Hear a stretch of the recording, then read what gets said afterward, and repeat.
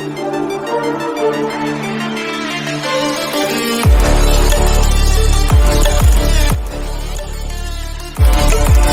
memasuki map kedua pada hari ini, Vikendi.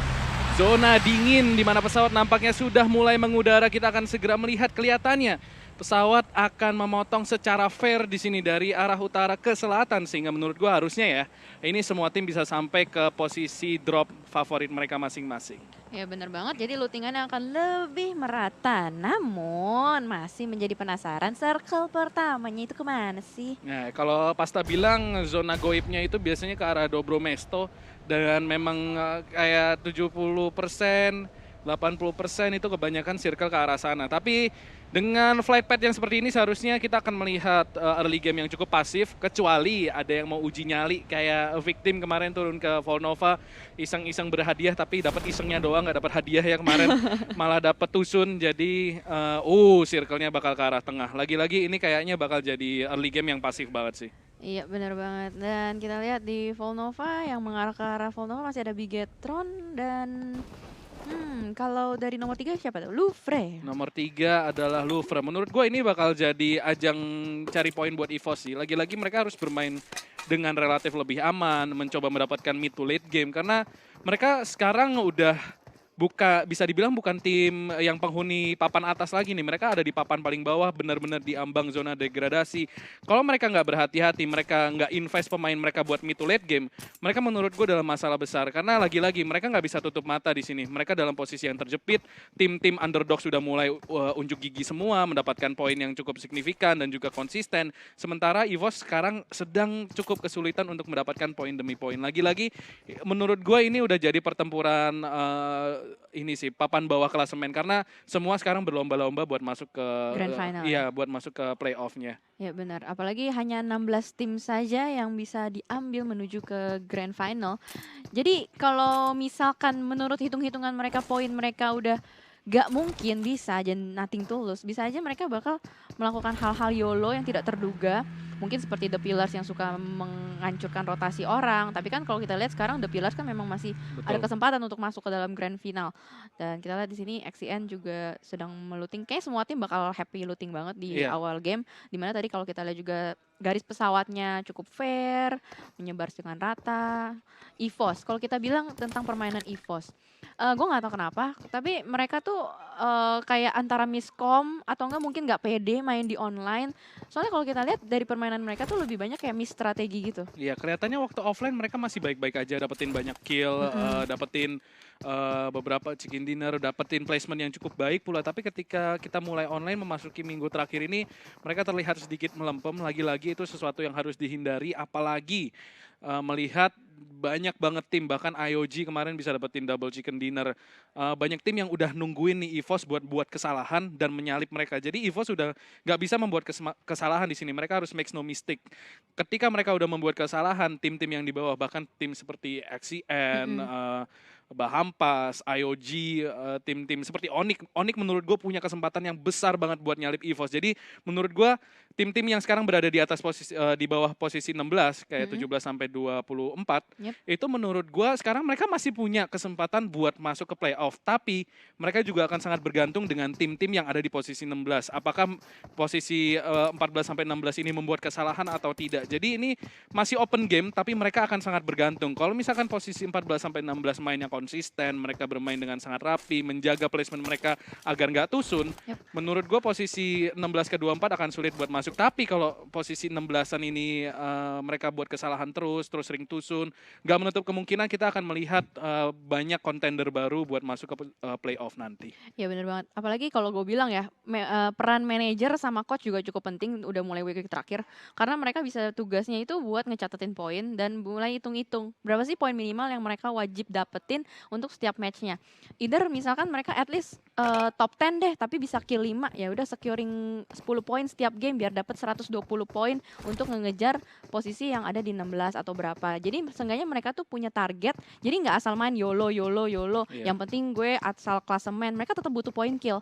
Buat nge-boosting poin-poin mereka di global leaderboard nanti. Dan hal sesuatu yang bisa mereka lakukan adalah gambling push. Jadi misalkan mereka tahu oke, di posisi 16 ada EVOS dan kita ada tepat di bawahnya. Gue nggak Gue expect nanti di hari Sabtu Minggu di mana kita memasuki hari-hari terakhir PMPL, gue expect bakal ada gambling push sih. Jadi di mana mereka kalau misalkan mereka mulangin tim itu, mereka pasti masuk 16. Tapi kalau enggak, mereka yang enggak masuk. Jadi menurut gue hal-hal itu akan terjadi nih di minggu-minggu terakhir ini. Karena sekarang udah tinggal do or die. Lagi-lagi gue selalu bilang tidak pernah ada kata terlambat buat masuk ke playoff. Tapi lu nggak boleh membuat kesalahan. Sekali lu udah membuat kesalahan, jalan lu buat masuk ke playoff itu semakin lama semakin sempit dan tentunya eh, lu nggak pengen jalur lu tertutup karena kesalahan lu sendiri. Jadi memang mereka harus lebih rapi. Mereka harus percaya dengan playstyle mereka dan kita lihat sendiri, Jaxi udah kecelakaan tunggal di sana, bukan satu cara yang bagus untuk memulai pertandingan dan Red Rocket sudah nge-spot ada beberapa mobil yang nampaknya melewati compound mereka. Tidak akan ada open fire.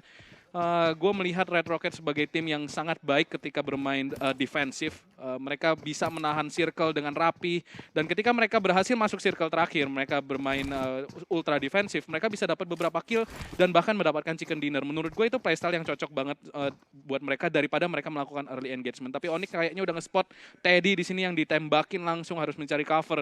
Ini tinggal Onyx apakah mereka ingin mencari kill karena lagi-lagi mereka butuh poin buat masuk ke posisi 16. Yes, benar banget. Dan sepertinya pertemuan pertama akan terjadi antara Onyx dan Red. Antara mungkin Onyx mau berusaha untuk mendapatkan pundi-pundi kill karena seperti yang sudah Wilswa katakan, placement point Onyx harus di boosting lagi. Iya, mereka berdoa juga si EVOS Tusun karena EVOS ada di 16, Onyx ada di 17, itu udah posisi dempet-dempetan sih. Iya benar banget. Berarti mereka hanya punya sisa kesempatan sekitar 2 kali ronde main lagi ya. Berarti kayak 12 Iya. 12 match lagi. Ya which is kalau misalkan kita hitung-hitung, at least dalam setiap game mereka harus bisa dapetin 10 poin minimal. Iya. Mereka gapnya kalau nggak salah cuma 40 poin gitu loh. Jadi ini bener-bener ini dua tim ini kalau misalkan mereka mau gelut di posisi 16-17 nggak boleh ada yang tusun. Kalau misalkan Onyx tusun di sini, EVOS bisa menjauhkan diri. Kalau EVOS tusun, Onyx bisa mendekatkan diri. Dan sekarang Bonafide langsung menembakkan beberapa peluru di sini ke arah tim Louvre yang sedang melakukan rotasi dan nggak akan ada yang connect. Lagi-lagi hanya tembakan peringatan agar kompon mereka tidak ditabrak dan Louvre pun tidak mengindahkan tembakan-tembakan tersebut. Bakal tetap gaspol. Tapi tentunya senjata yang ditembakkan oleh Bonafide sudah bisa terdengar oleh EVOS. Jadi rotasi selanjutnya dari EVOS mungkin bisa sedikit lebih gampang atau bahkan bisa menangkap Bonafide yang lagi mau melakukan rotasi nantinya. Yes, benar banget. Dan kalau kita lihat juga dari pola-pola gameplay para tim di sini, lebih ke arah kalau misalkan mereka sudah punya compound, ada yang rotasi, mereka lebih ke warning shot. Jadi sebenarnya mereka nggak niat buat ngeledakin atau buat engage. Jadi lebih ke arah kayak kita udah di sini, kalian jangan ke sini. Karena kalau misalkan gue lihat juga prediksi-prediksi circle itu lebih ke arah area yang memang nggak terlalu crowded di dalam. Itu kata-kata para pro player ya. Cuman kalau misalkan kita lihat juga circle seperti Vikendi tetap nggak bisa ketebak. Karena mereka selalu bouncing antara misalkan udah di tengah tiba-tiba ke atas atau nggak dari atas tiba-tiba ke bawah. Dan itu sangat nggak ketebak ketika circle-nya udah masuk posisi ke-5, ke-6 ya. Iya. Ini udah tinggal mereka, ya lagi-lagi ini adalah Vikendi guys, di mana compound begitu banyak bertebaran. Jadi kebanyakan tim lebih memilih untuk bermain ultra defensif. Ketika lu udah punya compound, banyak yang bilang kalau lu punya compound dalam circle, tahan aja sampai circle selanjutnya. Karena kemungkinan besar lu bakal menang kalau lu punya compound di circle terakhir. Makanya mereka udah tinggal nahan lama banget. Karena ini memang taktik yang bisa dimainkan oleh di Vikendi. Karena lagi-lagi compoundnya banyak dan tidak begitu banyak cover di luar compound. Jadi sangat masuk akal buat kebanyakan tim bermain dengan cara sangat-sangat defensif. Seperti yang dilakukan oleh IOG sekarang ini sebenarnya bukan sesuatu yang dianjurkan karena lagi-lagi mereka nggak ada cover. Ketika mereka udah ketangkap di sini, kalau mereka ketangkap nih tiga pemain ini, mereka dalam masalah besar karena nggak ada cover yang bisa mereka pakai, rotasi pun akan sangat sulit. Makanya untung nggak ada musuh di sekitar mereka dan Ludens ternyata ada tepat di tengah-tengah Red Rocket dan juga Siren. Siren adalah salah satu tim yang belum pernah dapat chicken dinner ya kalau nggak salah. Iya benar, belum pernah dapat chicken dinner karena nggak tahu kenapa antara mungkin ada tekanan dari luar atau mungkin tekanan mental di mana sebenarnya mereka punya kesempatan kayak 80% untuk bisa dapetin, tapi ketika mereka di-push sama tim terakhir, mereka tuh akan kayak blunder dan langsung menyerahkan winner-winner chicken dinner ke tim musuhnya. Iya, lagi-lagi end game itu end game execution penting juga. Karena ketika circle udah kecil dan terlalu banyak tim, fokus itu diuji banget kemana lu mau fokus duluan. Dan kita lihat akhirnya ada pemain pertama yang terkenok di sini, Too Easy. Sudah berhasil dapatkan oleh Louvre Toms dan akan ada refrag nampaknya. Di sini kita kita lihat Louvre akan ada backing fire dari Ucup. Kita lihat nampaknya 2 lawan 2 sementara Ucup masih menahan dari arah Broken Wall. Sementara Toms sudah memasak granatnya, menunggu waktu yang tepat untuk melempar ke arah Ucup. Lempar di sini Ucup membuka lebar, keluar di waktu yang tepat dan namun ada granat balik. Oh justru Toms nampaknya terjadi blunder tadi, justru menumbangkan Slayer. Mimpi buruk bagi Louvre. Ucup bakal nge-push di sini, satu pemain tersisa akan menahan di dalam WC. Sementara ini Toms akan keluar. Ucup GLGO kiri, Louvre akan langsung dipulangkan ke arah lobby. Satu blunder dilakukan dan langsung dihukum saja oleh Dranix. Iya, itu kesalahan yang cukup fatal bisa fatal. kita bilang. Karena di mana dia sebenarnya udah tahu ada Ucup di luar, tapi malah nekat untuk cooking grenade di depan jendelanya persis. Itu kan kemungkinan untuk bisa keluar dan mengarahkan ke arah yang tepat itu sangat kecil. Kenapa dia tidak melakukan rotasi dulu sedikit, setup smoke dan lalu baru melakukan frag grenade. Sakit banget. Yap, Itu dan sayang banget sih menurut gue. sayang banget. Gue yakin dia dalam otak dia, wah kena nih. Terus soalnya Slayer nggak pindah tempat. Dia masih di posisi yang sama dan ternyata granatnya justru pecahnya di tempat yang mereka tidak duga. Dan Louvre lagi-lagi harus puas di posisi buncit. Kita lihat Red Rocket sudah mulai menembakkan beberapa shot ke arah Siren, memberikan presence mereka di map. Jadi tentunya Onyx dan Siren harusnya udah dengar sih tembakan tadi. Yap, jadi pastinya mereka sudah tahu kalau misalkan mereka nggak sendiri, tapi tidak akan ada inisiasi lanjutan. Yap. Mereka akan hanya diam aja, stay at home, di rumah aja, nggak kemana-mana, ya kan? Bisa aja. Iyalah. Aduh. Karena di sini mereka ya Vikendi ya, dingin. Vikendi dingin. Mereka butuh kehangatan di rumah. Gokil. Yeah. Iya. Gokil. Seperti layaknya Wilson. Ya. Apa sih? Nggak Kok jadi apa-apa. gua sih? Nggak ada, cuman pengen bikin. Kenapa kalimat jadi aja. gue lagi? Nah ini IOG Rancid, kita lihat bagaimana bagusnya permainan IOG di hari Minggu kemarin. Tentunya mereka ingin menjaga konsistensi mereka. Sekarang IOG dalam posisi yang bisa dibilang ada kemungkinan mereka bisa masuk ke playoff, tapi mereka harus dapetin chicken secara konsisten, dapetin kill secara konsisten juga. Kalau misalkan mereka end up too soon berkali-kali, ini dampaknya bisa jadi mimpi buruk buat IOG dan mungkin mereka harus mengubur mimpi mereka buat masuk playoff dalam-dalam. Dan Morph juga adalah salah satu tim yang kita expect bisa perform dengan sangat baik, menunjukkan beberapa play yang indah, tapi lagi-lagi inkonsistensi menjadi hama utama bagi tim Morph ini. Iya bener banget, harus dibasmi ya hamanya. Iya, dibasmi. Dan emang kalau misalkan kita bilang soal liga, ini kan memang kayak perjalanan yang panjang ya. Dimana kita nggak pernah tahu ada yang namanya berantem di dalam tim atau apa. Itu memang menjadi tantangan juga buat setiap tim untuk mempertahankan chemistry mereka dari awal, yang dimana selalu tos-tosan bareng. Sampai akhir walaupun kalah tetap harus tos-tosan bareng. Iya, biasanya kalau pacaran kan itu 1 minggu pertama yang lagi Oh, baik-baiknya. Nah, iya. minggu kedua tuh udah mulai rocky. Oke. Minggu ketiga, minggu keempat tuh kalau berantem biasanya berujung dengan malapetaka. Oh gitu, malapetakannya kira-kira apa? Nggak tahu sih, saya nggak pernah pacaran sebentar itu. Oh gitu. Iya, ngeri banget ya. Ngeri banget ya. Gue parah banget ya. Lumayan, Ngeri ya? lumayan. Oke. Aduh. Bisa. Taktik soft marketingnya tuh dapet gitu Iya, loh. aduh. Emang Bapak ini luar biasa ya. Saya salut. Oke, kita back to the Game. Ini NFT sama IOG lagi-lagi tetanggaan. Pasif banget, selalu. Gue kalau nge-cash Vikendi pasti awalnya pasif. Gue gak ngerti kenapa. Katanya kemarin kalian pas nge-cash Vikendi seru ya? Iya, mungkin karena ini Wilson yang Iya. nge-cast, jadinya Vikendi seperti ini. Kita tidak pernah tahu, ya kan? Yang namanya caster Jinx is real. Oh iya, Iya. tapi lihat di sini Jal, Bonafide udah deket banget sama IOG. Yep. Hitman ada di posisi yang terbuka, lagi-lagi mereka kalau mau nge-hit mereka harus punya vehicle, at least untuk mendekatkan diri mereka ke compound tersebut. Kalau mereka nggak punya vehicle, ini Hitman, Rancid udah ngelihat Hitman tadi harusnya. Yep. Ini kalau mereka mau nge-hit, mereka harus melakukannya dengan cepat dan tepat. Kalau mereka melakukannya secara sloppy satu-satu, mereka gampang banget keculik sama IOG. Tapi Hitman udah di posisi yang terbuka. Kalau Hitman keculik, ini Bonafide dalam masalah besar sih menurut gue. Yes, bener banget. Dimana kalau kita lihat Hitman juga sudah mulai mengelok posisi. Cuman sebenarnya dari sisi kanan Hitman itu open banget Iya, ya. Dimana Rancid, sebenarnya tuh Rancid ada kesempatan banget buat nge-take down Hitman Betul. langsung. Dan di sini sepertinya Hitman tuh tidak aware antara dia harus set up smoke dari sisi kanan karena itu sangat terbuka sekali. Dimana, wah motornya bisa diparkir di Oh dalam. iya dong? Hah?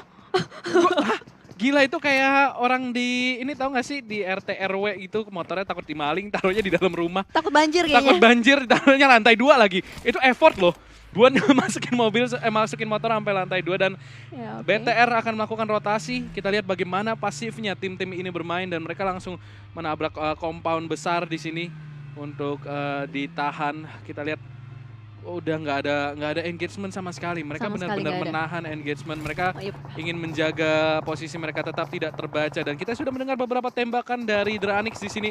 Bigetron juga nampaknya sedikit penasaran ada apa sih di balik bukit ini. Zuxi langsung dikirimkan dan ada mobil juga untuk setidaknya menjadi barricade mungkin atau bahkan jalur evakuasi kalau misalkan Bigetron masuk dalam masalah.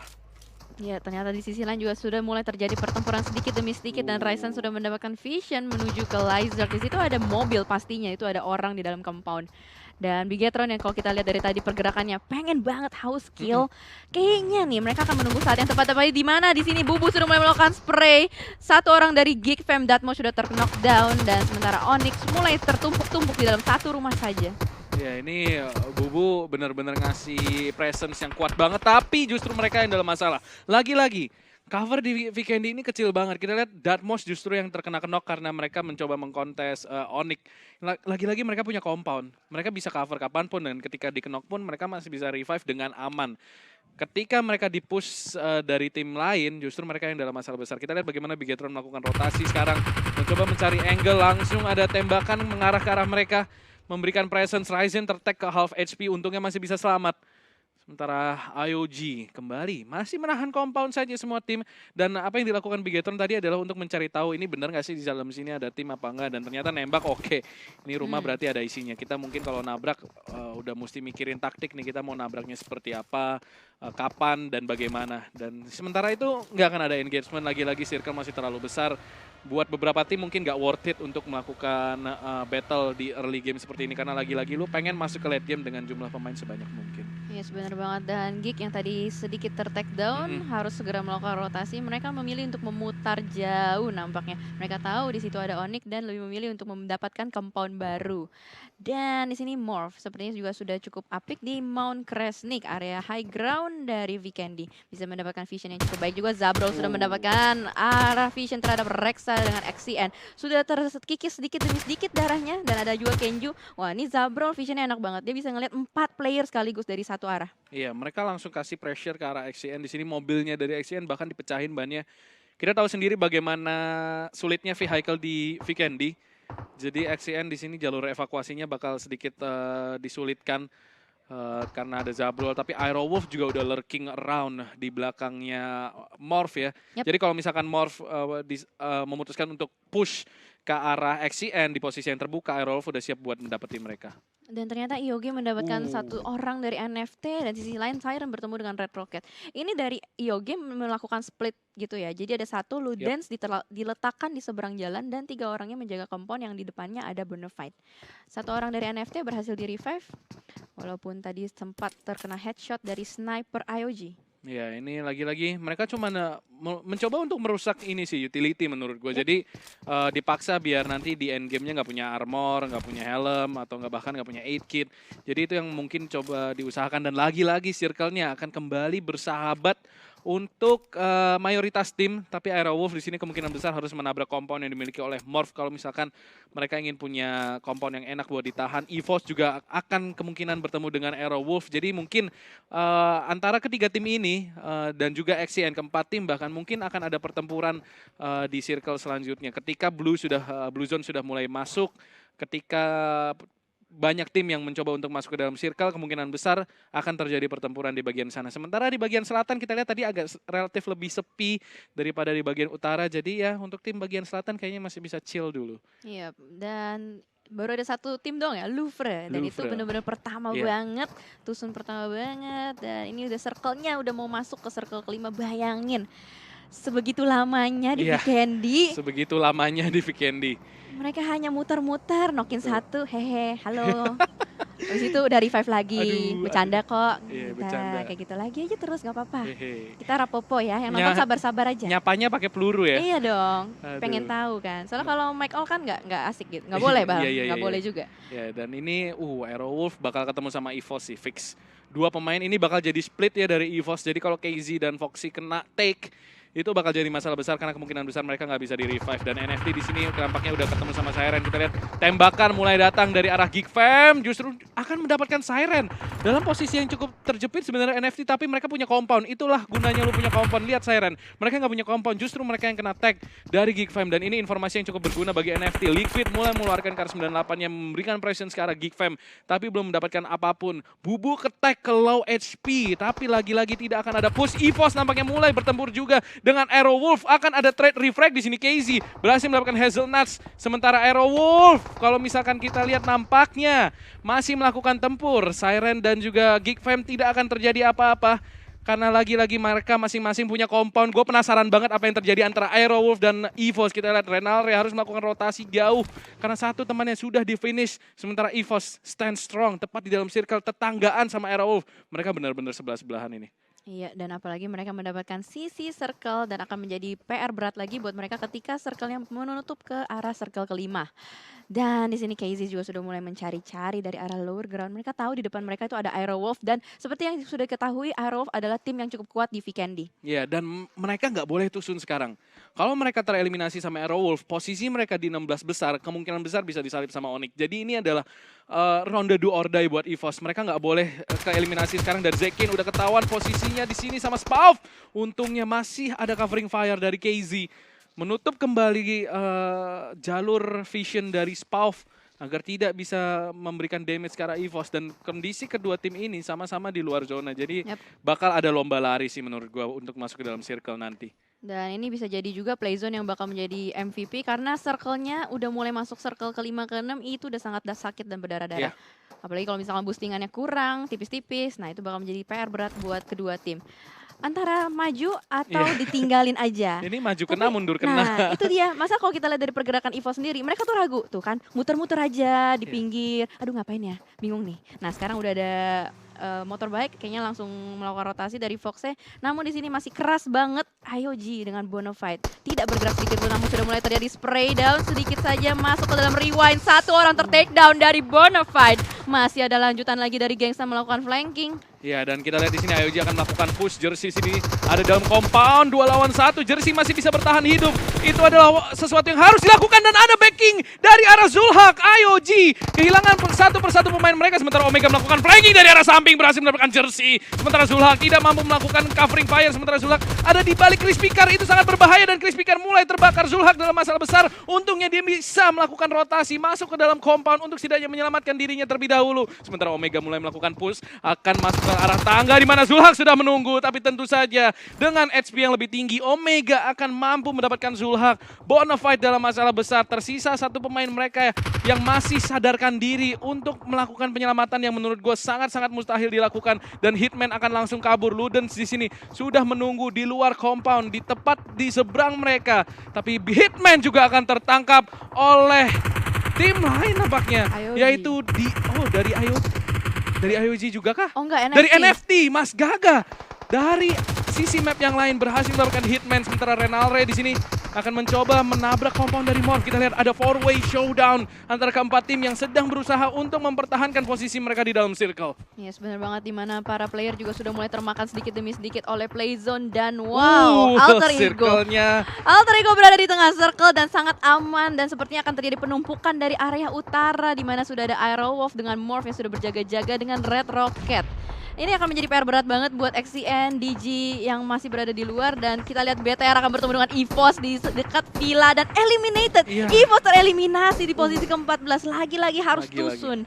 Ya, itu sesuatu yang mereka ingin hindari banget sih, karena untuk masuk ke playoff mereka butuh poin sebanyak mungkin, dan Onyx mengikuti EVOS. Jadi kemungkinan besar ini pertandingan buat posisi 16 masih on fire sih menurut gue. Tapi sementara itu kita akan melihat XCN juga akan menahan nyawanya karena dia nggak mau kasih poin buat DG. Kita lihat Morph masih lengkap dengan 4 pemain.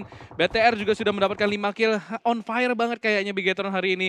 Sudah mengumpulkan jumlah kill yang sangat-sangat signifikan. Tapi lagi-lagi Aerowolf juga nampaknya ingin mengikuti jejak mereka, masih menahan di dalam circle, tepat di pinggir circle. Karena ketika mereka maju itu udah open field banget sih. Yes, benar banget. Ini area Frozen Lake itu akan menjadi hal yang susah, dan dimana Liza sudah mulai melakukan spray down terhadap Aerowolf. Satu orang didapatkan Renal yang harus terknockdown di belakang mobil. Ada spray dari Liza.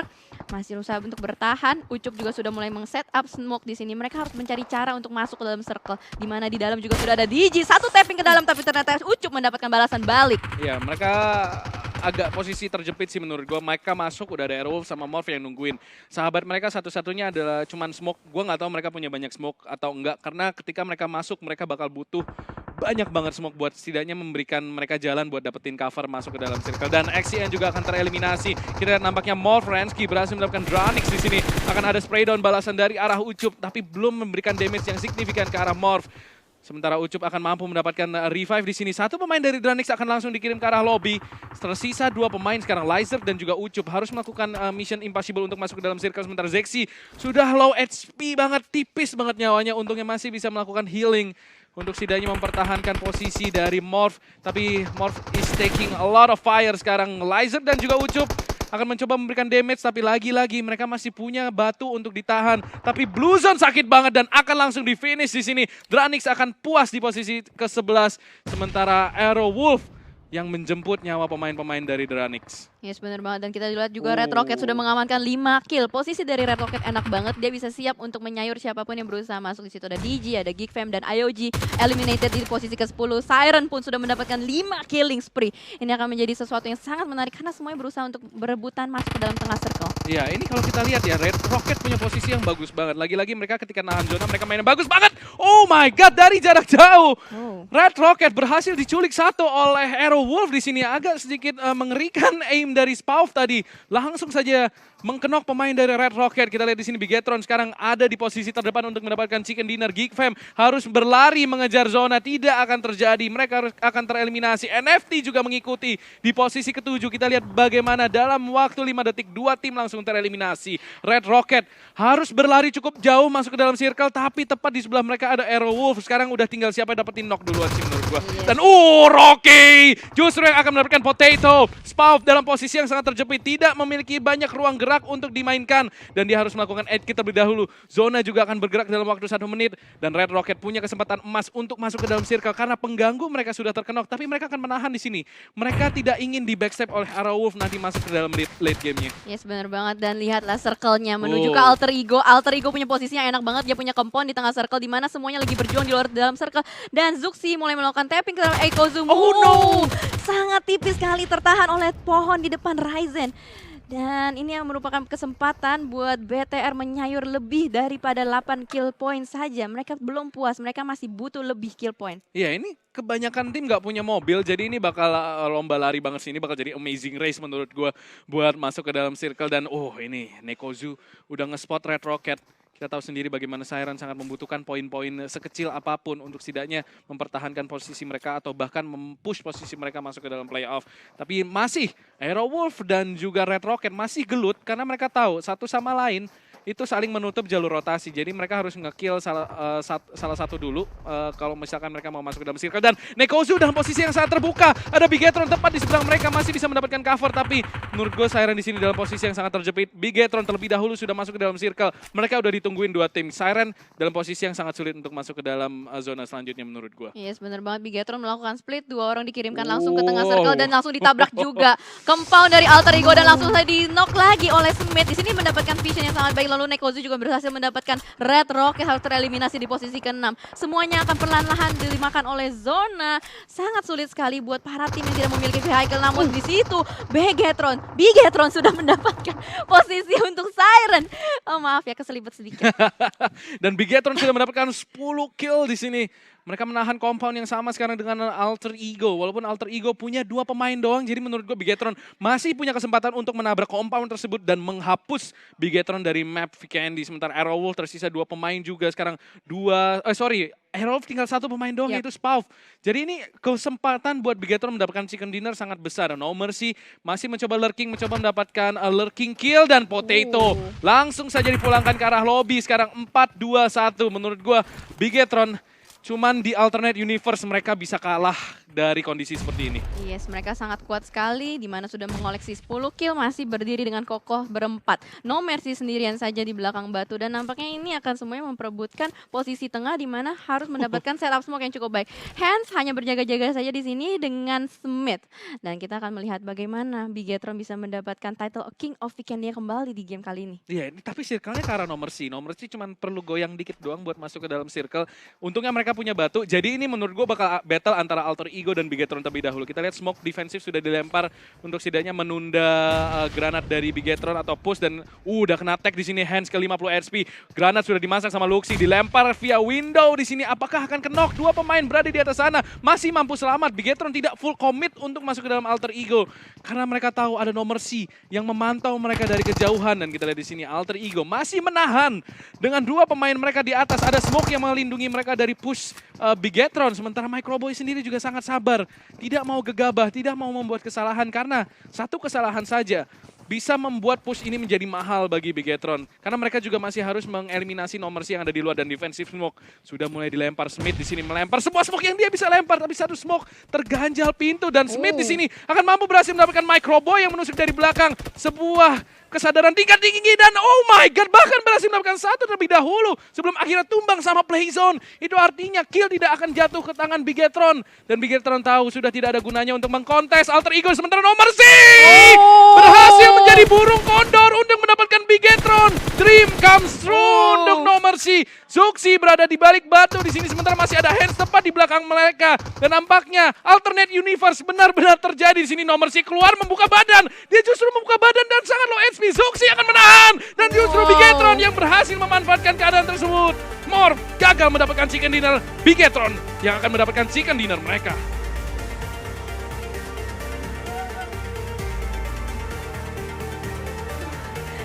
Winner chicken dinner. Lagi-lagi Untuk Bigetron. Wow, King of Vikendi is back again di map kali ini, di kesempatan kali ini, dengan total berarti tadi sekitar 12 12 kill. 12 kill. 12 kill.